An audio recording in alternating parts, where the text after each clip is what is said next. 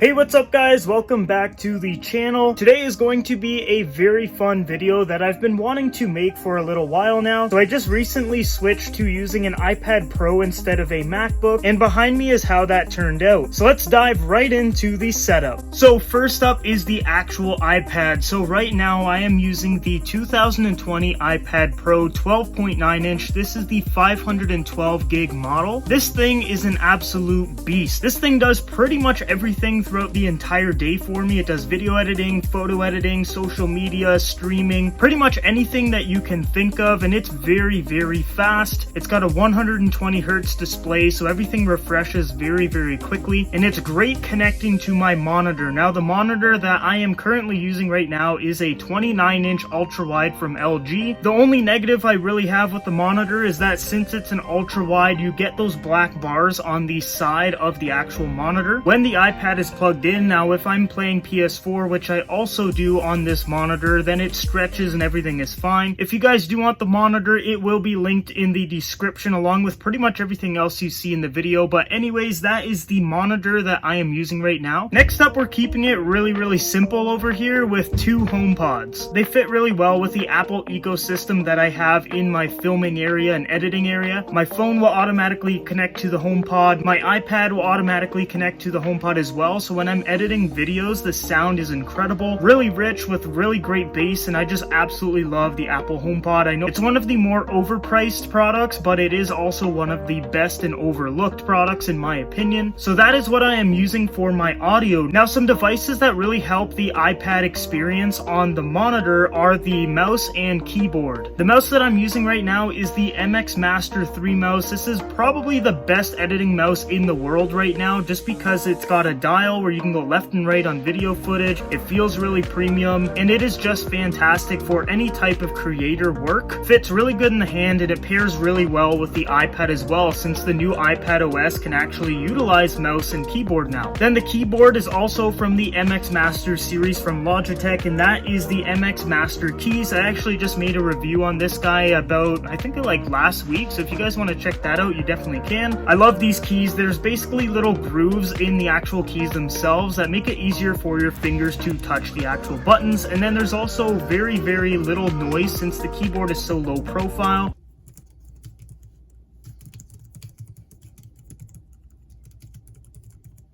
It's got a space gray design to it, just like the Apple keyboard, but in my opinion, this one is better just because it's got backlighting. And it's really cool because when you put your fingers near it, the lights turn on, and then when you move your hands away, the lights turn off. And both of the Logitech devices that I just mentioned are on top of the Amazon Basics mouse pad. Now, this one is an ultra-wide mouse pad, and it's really, really good for video editors and photo editors because it gives you more room to actually move the mouse when you're editing videos or photos. And I really, really like it because of how ergonomic it is with my setup. And the last piece of hardware that I have on my desk right now is the Mophie wireless charger. Now, this one is exclusive to the actual Apple stores. It's a really, really good charger. It's a 7.5 watt charger, and it's really nice because you can put your phone upright and see all of your notifications while you're using the iPad with the monitor, but you can also fold it down and charge things like AirPods, or if you rather just have your phone face down, you can charge it like that as well. And we can't forget the chair. So right now I am using the DX Racer Valkyrie, and I absolutely love this thing. There's lots of support where you can see you got the neck pillow there,